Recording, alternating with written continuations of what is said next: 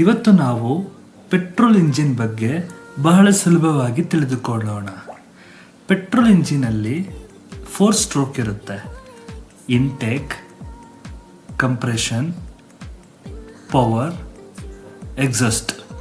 So ಈ 4 process ಮೂಲಕ car run ಆಗುತ್ತೆ. ಸೊ ಇದನ್ನು ಬಹಳ ಸುಲಭವಾಗಿ ನಾನು ಒಂದು ಡಯಾಗ್ರಾಮ್ ಮೂಲಕ ತಿಳಿಸ್ಕೊಳ್ತೀನಿ. ಇಲ್ಲಿ ಇಂಜೆಕ್ಟಿಂದ ಫ್ಯೂಲ್ ಬರ್ತಿದೆ, ಪಿಸ್ಟನ್ ಅದನ್ನು ಸಕ್ ಮಾಡ್ಕೊಳ್ತಿದೆ, ಎಳ್ಕೊಳ್ತಿದೆ.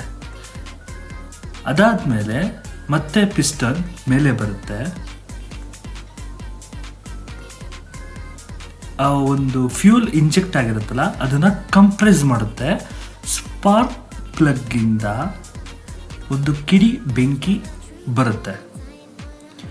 ಸೊ ಇದರಲ್ಲಿ ಕಂಪ್ರೆಷನ್ ಆಗಿ ಪವರ್ ಕ್ರಿಯೇಟ್ ಆಗುತ್ತೆ. ಪವರ್ ಕ್ರಿಯೇಟ್ ಆದ ನಂತರ ಕಾರ್ಬನ್ ಮಾನಾಕ್ಸೈಡ್ ಉಂಟಾಗುತ್ತೆ. ಸೊ ಅದು ಎಕ್ಸಾಸ್ಟ್ ಪೋರ್ಟ್ ಮೂಲಕ ಅಗೇನ್ ಪಿಸ್ಟನ್ ಮೇಲೆ ಬಂದು ಅದನ್ನು ಹೊರಕ್ಕೆ ತಬ್ಬುತ್ತೆ. ಸೊ ಈ ಪ್ರಕ್ರಿಯೆ ನಿರಂತರವಾಗಿ ಇಂಜಿನಲ್ಲಿ ನಡೀತಾ ಇರುತ್ತೆ. ಸೊ ಇದಿಷ್ಟು 4 ಸ್ಟ್ರೋಕ್ ಪ್ರೋಸೆಸ್.